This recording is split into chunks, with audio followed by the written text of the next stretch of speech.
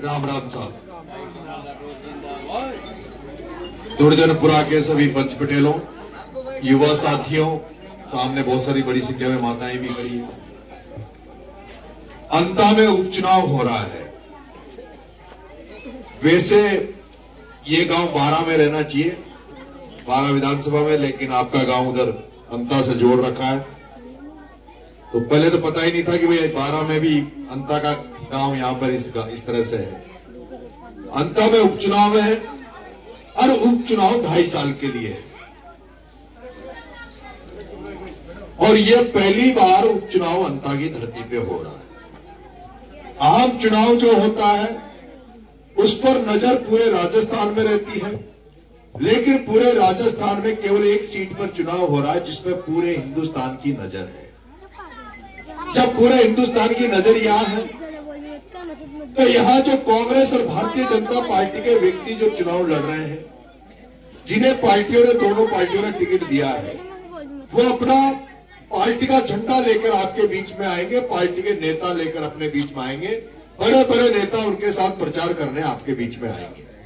लेकिन ये नरेश मीणा एक साधारण परिवार में पैदा हुआ लड़का, जो 25 साल से छात्र राजनीति से निकलकर आया हुआ लड़का, जो 25 साल से जन सेवा में लगा हुआ है, जनता के हकों और हकूकों की लड़ाई लड़ता है। जहां कहीं भी नरेश को राजस्थान में यह लगता है कि इस व्यक्ति को नरेश की जरूरत है, ये गरीब व्यक्ति है, कमजोर व्यक्ति है, इसकी कोई मदद नहीं कर रहा, नरेश तेरी इनको जरूरत है, वही उनके साथ खड़ा हो जाता हूं।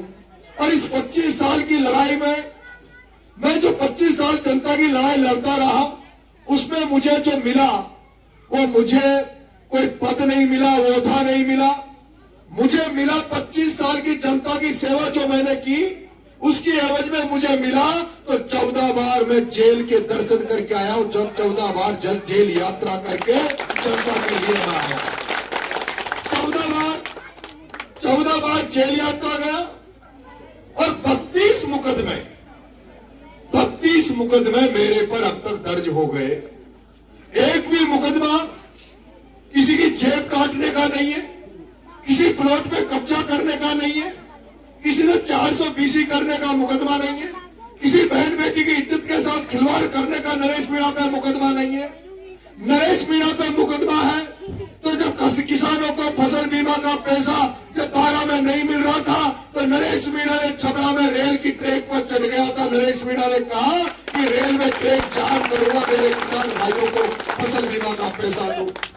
नरेश मीणा ने जब किसानों के साथ अन्याय हो रहा था, उनकी समस्या को सुना नहीं जा रहा था, तो नरेश मीणा ने कलेक्टर का घेराव कर रहा था, तब मुकदमा लगा। जब नरेश मीणा 12 में देखा कि 12 में भाया प्रमोद जैन भाया की रेत की डंपर चलते हैं, मजरी की जेसीबियां चलती है, बड़े बड़े लोग रेत में पैसा कमा रहे हैं और आम जनता को बजरी नहीं मिल रही, रेत नहीं मिल रहा, मकान बनाने के लिए, दीवार बनाने के लिए आम जनता को रेत बहुत महंगे दामों पे मिल रही है। तब आपका बेटा नरेश मीणा था जिसने प्रमोद जैन भाया के डंपर को कवाई के थाने में पकड़ाया और उसके बदले 1 महीना जेल आपके बेटे ने काटा। एक बार मेरी पंचायत में बिजली वाले बिजली देते नहीं है, ट्रिपिंग आती है, लाइट का तार गड़बड़ हो गया तो आपको लाइनमैन मिलेगा नहीं, बिजली वाला मिलेगा नहीं, लेकिन बिल लेने के समय, रीडिंग लेने के समय से पहले आ जाते हैं। एक बार मेरे गांव में आ गए, डीपीआ उठाने आ गए, 17 गाड़ियां थी, 17 जीप की पुलिस को लेकर आए, 17 गाड़ी लेके आए।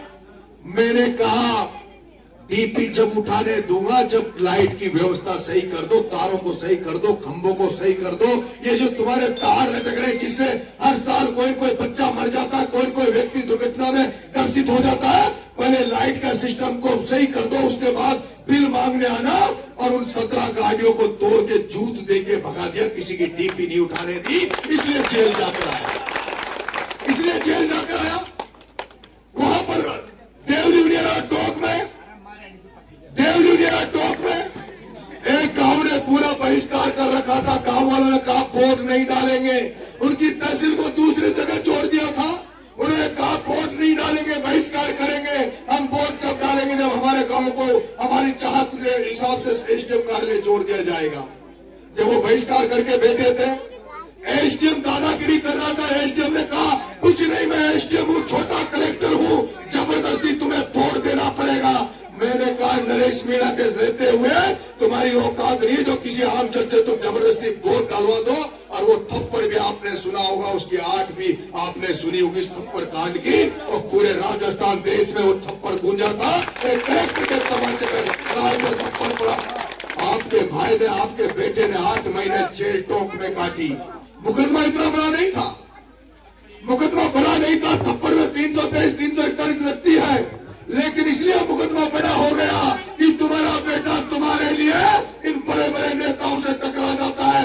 तुम्हारा बेटा ओम बिरला से टकरा गया, तुम्हारा नरेश बेटा पिपलोदी के बच्चों को न्याय दिलाने के लिए जब वसुंधरा से टकरा गया तो वसुंधरा ने 40 दिन जेल में रख दिया। वसुंधरा ने 40 दिन जेल में रख दिया। तुम्हारे बीच में जो बोल रहा हूं, यहाँ पर बेरवा समाज, मेघवाल समाज, दलित समाज बहुत है, ठाकर समाज भी है। मैं दलित समाज से कहना चाहता हूँ, ये नरेश मीणा वही नरेश मीणा है जो इंद्र कुमार मेघवाल की हत्या हो गई थी एक मटकी में पानी पीने के लिए। ये नरेश मीणा कई दिन तक धरना देकर जयपुर में बैठा रहा। ये नरेश मीणा वही था जो गरीब बच्चे पिपलोदी में भील समाज के, दलित समाज के बच्चे मर गए थे, उनको न्याय दिलाने के लिए 15 दिन अन्न छोड़ दिया था और हॉस्पिटल में भर्ती हो गया। सरकार से भी उनकी मदद करवाई और जनता से मिलकर 1 करोड़ भी उनकी मदद करवाई। मैं आपसे कहना चाह रहा हूँ, पूर्वी राजस्थान, पश्चिमी राजस्थान में कोई व्यक्ति सरकारी तंत्र की वजह से मर जाता है, वहाँ के नेता धरना देते हैं, 50-50 लाख की मदद करवाते हैं, लेकिन 12 जिले में कोई भी मर जाए तो नेता संभालते नहीं है, कोई पूछ नहीं रहा क्यों मर गया, कैसे मर गया। आज दिन तक 12 जिले वालों बता दो, कोई लाइट से मर गया, कोई सांप के काटने से मर जाता है, कोई खेत में काम करने से मर जाता है, उसको सरकार 5 लाख रुपए देती है। कभी सुना किसी नेता ने किसी आदमी के लिए धरना दिया, ज्ञापन दिया या उसके लिए मदद करी? आपका बेटा एक बार नाहरगढ़ में 2 बच्चे लाइट से चिपक के मर गए थे, उनकी लाश को लेकर बैठ गया, 28 लाख रुपए की मदद उन बच्चों की कराई। मैं आपसे कहना चाह रहा हूँ, एक बार एमएलए बना दो, एक बार 2.5 साल के लिए मौका मांग रहा हूँ, 2.5 साल के लिए मौका मांग रहा हूँ। 78 साल से आप कांग्रेस बीजेपी को वोट दे रहे हो, बार बार हर बार एक बार बीजेपी एक बार कांग्रेस को बनाते हो। मुझे तो केवल 2.5 साल के लिए बना दो, किसानों की एक एक समस्या को दूर करूंगा, गरीबों की समस्या को दूर करूंगा, वादा कर रहा हूँ। जिस दिन आचार संहिता खत्म हो जाएगी उसी दिन किसानों को, हजारों किसानों को लेकर कलेक्ट्री पे बैठ जाऊंगा और कलेक्टर से हिसाब मांगूंगा। कलेक्टर जो सोयाबीन खत्म हो गई, जो धान की फसल खत्म हो गई, उसको नरेश मीणा तभी अनशन से उठेगा जब फसल बीमा का पैसा इन किसानों को दे दिया जाएगा, गरीबों को दे दिया जाएगा। हालात खराब है,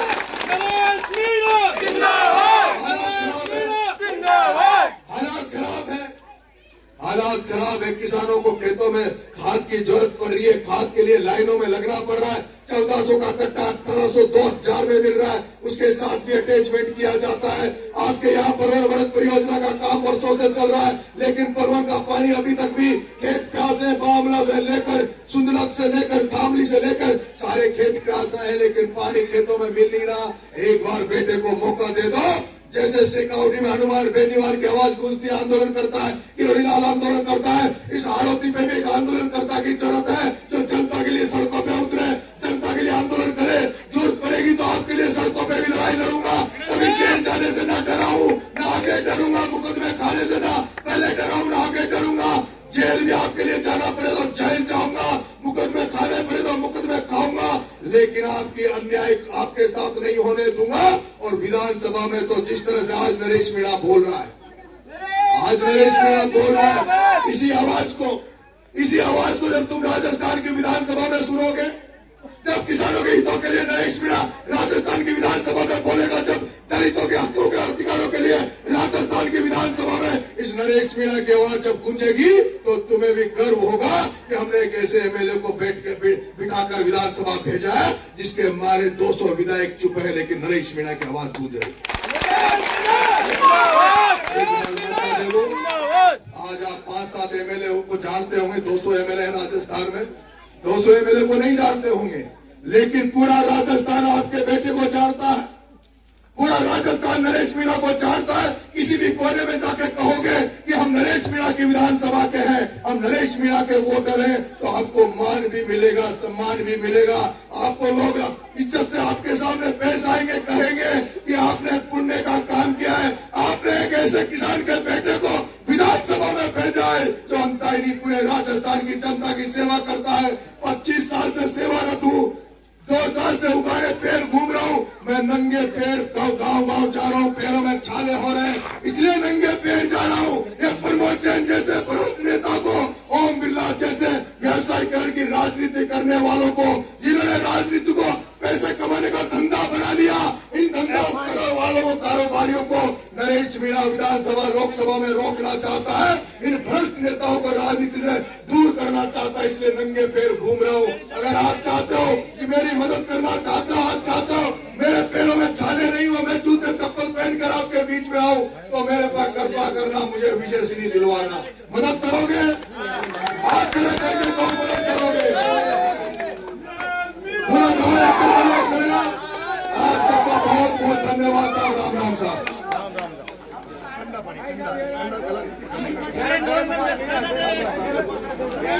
ठंडा